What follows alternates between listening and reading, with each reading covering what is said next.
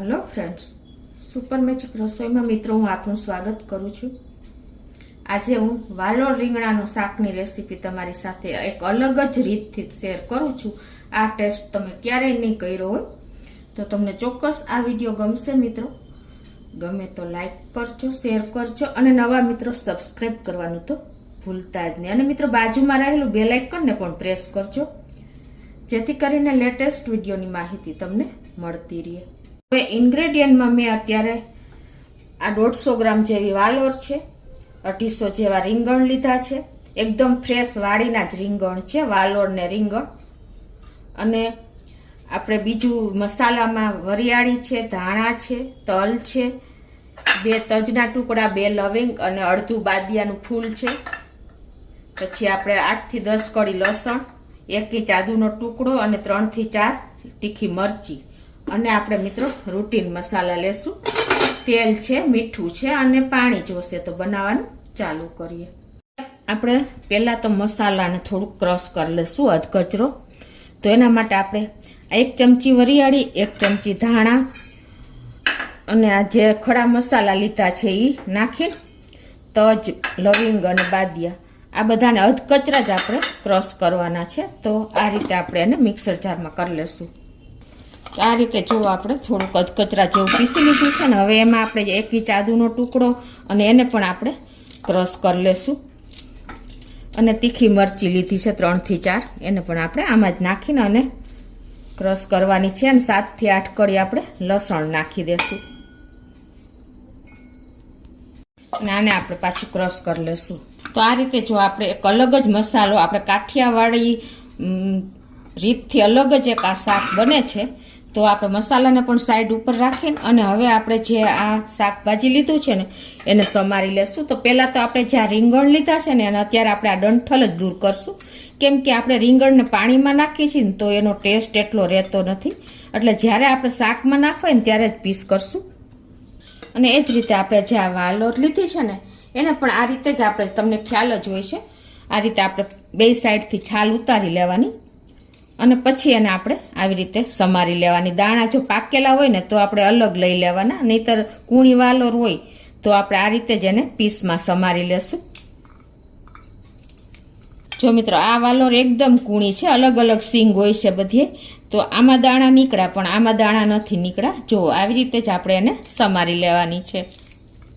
તો હવે આપણે ટમેટાને પણ સમારી લઈએ। અત્યારે મેં મીડિયમ સાઇઝના 2 ટમેટા લીધા છે, એને પણ આપણે નાના પીસમાં સમારી લેશું।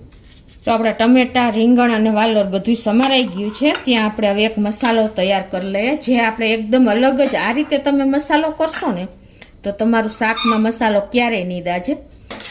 તો આપણે જે રૂટીન મસાલા છે ને એમાંથી આપણે 1 ચમચી લાલ મરચું પાવડર લઈ લેશું, 1 થી 1.5 જે તમે તીખું ખાતા હોય એ પ્રમાણે તમે લઈ શકો છો। 1 ચમચી આપણે ધાણા જીરું પાવડર લઈ લેશું અને આમાં આપણે પાણી નાખીને અને એની પેસ્ટ તૈયાર કરી લેશું। આ રીતે તમે જો પેસ્ટ તૈયાર કરશો ને તો તેલમાં ક્યારેય તમારો મસાલાનો કલર ચેન્જ નહીં થાય અને એવો ને એવો આપણો મસાલો શાકનો લુક આવશે। તો હવે આપણે કુકર ગેસ ઓન કરીને અને કુકર મૂકી દેશું, ગેસની ફ્લેમ મીડિયમ રાખશું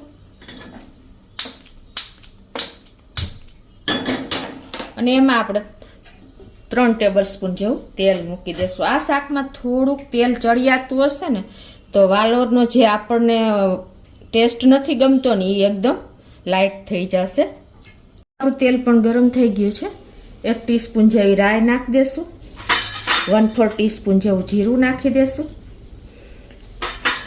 અને આપણે પિંચ જેટલી હિંગ નાખી દેશું। આપણે કાઠિયાવાડથી તદ્દન અલગ શાક છે તો આપણે અડધી ટીસ્પૂન જેવો અજમો નાખી દેશું, કેમ કે વાલોર છે એટલે આપણે અજમો કમ્પલસરી નાખવો જરૂરી છે। અને 1 ચમચી જેવા આપણે તલ નાખી દેશું અને હવે આ મસાલો આપણે ક્રકલ થવા દઈએ, ગેસની ફ્લેમ મીડિયમ રાખી છે। અને હવે આપણે જે આ મસાલો ખાંડો છે ને એ બધો જ આપણે આમાં તેલમાં જ નાખી દેશું અને આપણે 1 મિનિટ આ રીતે તેલમાં કૂક કરી લેશું। મિત્રો આ ફ્લેવરનું શાક જે વાલોર રીંગણનું શાક નહીં ખાતા હોય ને એને પણ આ ટેસ્ટ બહુ જ લાગશે, ગમશે. એટલે ચોક્કસ તમે એક વખત આ રીતે ટ્રાય કરજો. અને હવે આપણે જે આ ટમેટા સમાર્યા છે ને એ નાખી દેશું.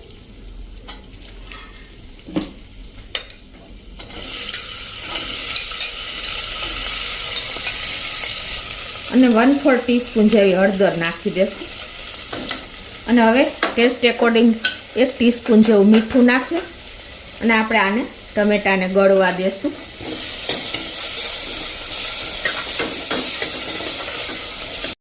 અને ગેસની ફ્લેમ આપણે સ્લો કરી નાખશું.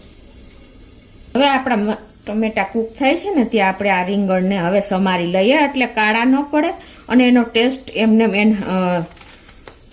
એ જ કન્ડિશન મારીએ. તો આપણે આને પણ મોટા પીસમાં સમારશું થોડા.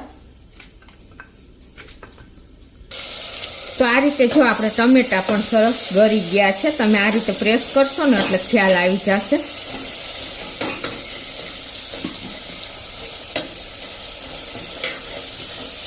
હવે આપણે જે આ પેસ્ટ બનાવી છે ને એ પેસ્ટને નાખી દેશું, ધાણા જીરું અને લાલ મરચું પાવડરની.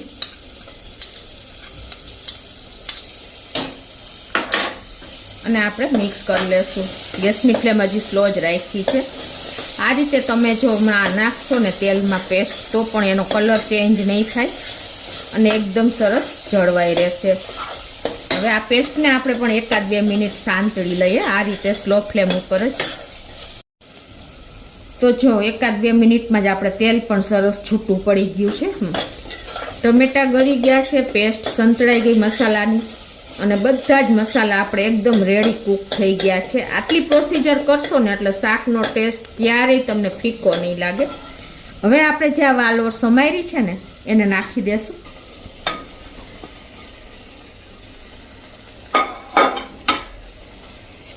અને એને આપણે મિક્સ કરી લેશું. અને રીંગણ પણ સમાર્યા એ પણ નાખી જ દઈએ. જુઓ મિત્રો, આ રીતે તમે રીંગણ 1 મિનિટ પહેલાં સમારશો ને તો કાળા પણ નહીં પડે અને પાણીમાં પણ નહીં નાખવા પડે. આ રીતે આપણે મિક્સ કરી લેશું. તો આ રીતે જો આપણે મસાલામાં શાક પણ એકદમ સરસ મિક્સ થઈ ગયું છે. હવે જો આ રીતે આપણે 2 થી 3 મિનિટ શાકને મસાલા સાથે જ કૂક કર્યું છે. અને જુઓ મિત્રો, અત્યારે સ્મેલે એટલી સરસ આવે અને જુઓ આપણો મસાલો પણ સરસ, શાકભાજી પણ સરસ સંતળાઈ ગયા છે. આટલી પ્રોસિજર કરવી કમ્પલસરી છે, પાણી નાખ્યા વગર સ્લો ફ્લેમ ઉપર જ. અને હવે આપણે એમાં પાણી નાખી દેશું જરૂરિયાત પૂરતું. તમને બતાવું કેટલું નાખવું એ. મેં જે આ પેસ્ટ કરી હતી ને એમાં જ આપણે અડધો કપ જેવું પાણી છે ને એને નાખી દેશું.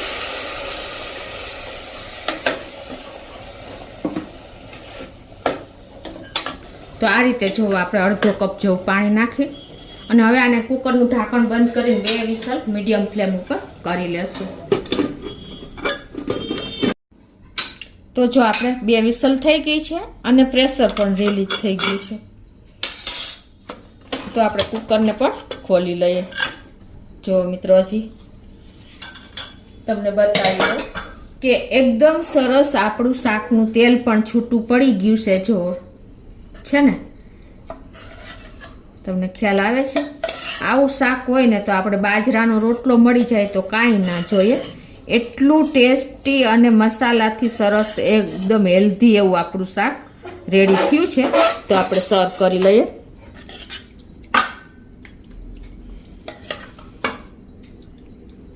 એક વખત મિત્રો પૂરો વિડીયો જોઈને આ રીતે ચોક્કસ ટ્રાય કરશો ને તો તમે ટેસ્ટ કરતા રહી જશો. અને જે વાલોર નહીં ખાતા હોય ને એ પણ કિલોની કિલો વાલોર ખાશે. તો ઉપરથી આપણે થોડી એવી ધાણા ભાજી પણ નાખી દેશું. તો મિત્રો, આપણું વાલોર અને રીંગણનું એકદમ યુનિક શાક અલગ જ ટેસ્ટ સાથે, અલગ જ વઘાર સાથે રેડી છે. તો તમે ચોક્કસ, અત્યારે શિયાળો છે અને ફૂલ આપણે વાલોર રીંગણ આવતા હોય છે તો તમે ટ્રાય કરજો. અને મને કોમેન્ટ બોક્સમાં મિત્રો જણાવજો કે તમને આ વાલોર રીંગણનું શાક કેવું લાગ્યું. ગમે તો લાઈક કરજો, શેર કરજો અને સબસ્ક્રાઈબ કરવાનું તો ભૂલતા જ નહીં.